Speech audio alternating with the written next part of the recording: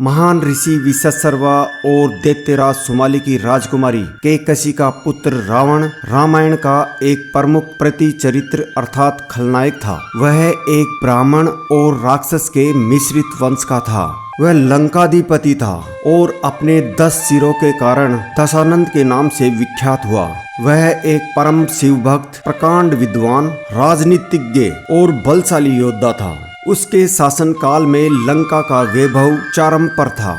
उसके 10 सिर उसकी अपार बुद्धि और ज्ञान का प्रतीक माने जाते थे। उसने भगवान शिव को प्रसन्न करने के लिए कई बार वर्षों तक कठोर तपस्या की।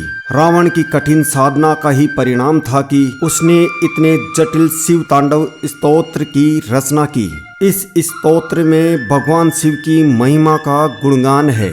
इसे आज भी संस्कृत में लिखे गए सबसे शक्तिशाली भजनों में से एक माना जाता है।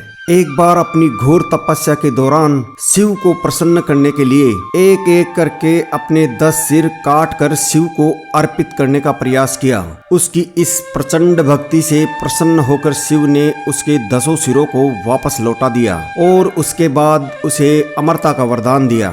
रावण ने भगवान विश्वकर्मा द्वारा लंका का निर्माण करवाया। उसने अपनी नगरी लंका को बहुत समृद्ध बनाया।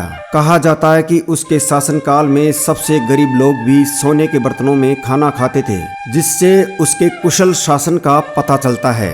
राम और रावण युद्ध के दौरान श्री राम ने रावण को मारने और युद्ध में विजयी होने के लिए एक विजयी यज्ञ करवाने का निश्चय किया। यज्ञ को पूरा करने के लिए एक प्रकांड महापंडित की आवश्यकता हुई।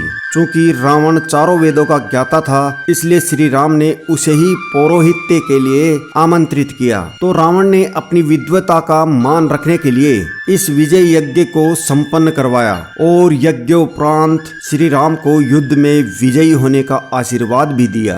अपनी बहन शूर्पणखा के अपमान का बदला लेने के लिए भगवान श्री राम की भार्या माता सीता का छल से अपहरण कर लिया। श्री राम ने युद्ध में रावण व उसके अहंकार का वध कर दिया।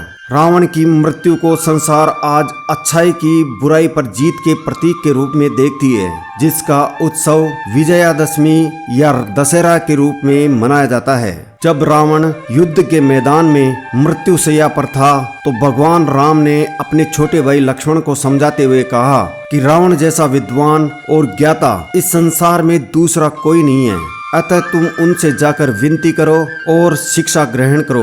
तब मृत्युशैया पर लेटे रावण ने लक्ष्मण जी को बताया था कि कोई भी शुभ काम जितना जल्दी हो सके कर लेना चाहिए और अशुभ काम को जितना हो सके टालना चाहिए।